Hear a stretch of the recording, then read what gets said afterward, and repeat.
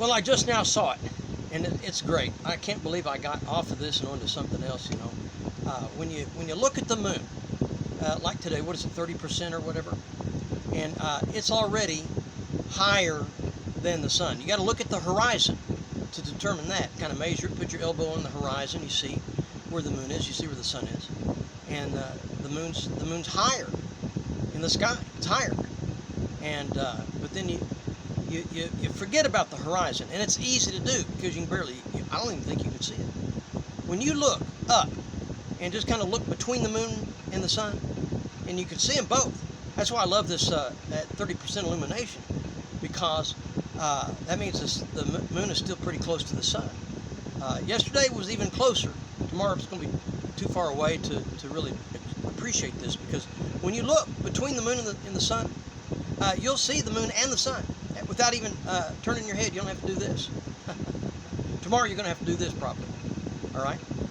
But when you look between them and you can see them both, the moon will aim right at the sun. Sure, right at it. But when you establish the horizon and look up at the moon, it's aiming at 2 o'clock. You know, like there was a clock around it. 12 would be here, and 2, I see backwards, so I don't know if 2's here or there. You know, 6 is at the bottom. You know, right? The moon's aiming up at the 2 o'clock position, aiming up. If you're looking at the moon, see, when you establish the horizon and you're looking at the moon, it's aiming up at 2 o'clock. But when you look between the moon and the sun, it's aiming down at the sun. I mean, we're talking a nanosecond between looks. You know, you're looking at the moon, and then you look between them. Okay, and you establish that the moon is aiming right at the sun.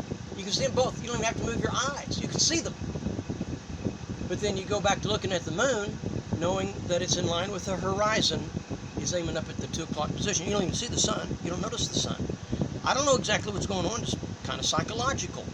But I think the conclusion is we live under a dome. Okay? I think it's proof.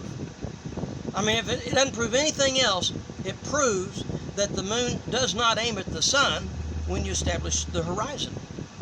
You know, here in a few days, they'll be so far apart, you won't want to look at the moon and the sun at the same time. You can't. You know, unless you just go like this, you know. Nobody's going to do that. They might see you. They'll think you're crazy. So you're not going to do it. This is the perfect time to do it. So if you can't go all the way and believe we live under a dome, at least believe that half the time the moon doesn't aim at the sun, because you're going to look at the horizon and look at the moon, and it's not aiming at the sun. That means something. They don't tell you that. They lie. NASA, for 100 years, has been lying, saying that the moon aims at the sun. No, it don't. No, it don't. I mean, we're not talking about a fraction of the time. We're talking about 50% of the time.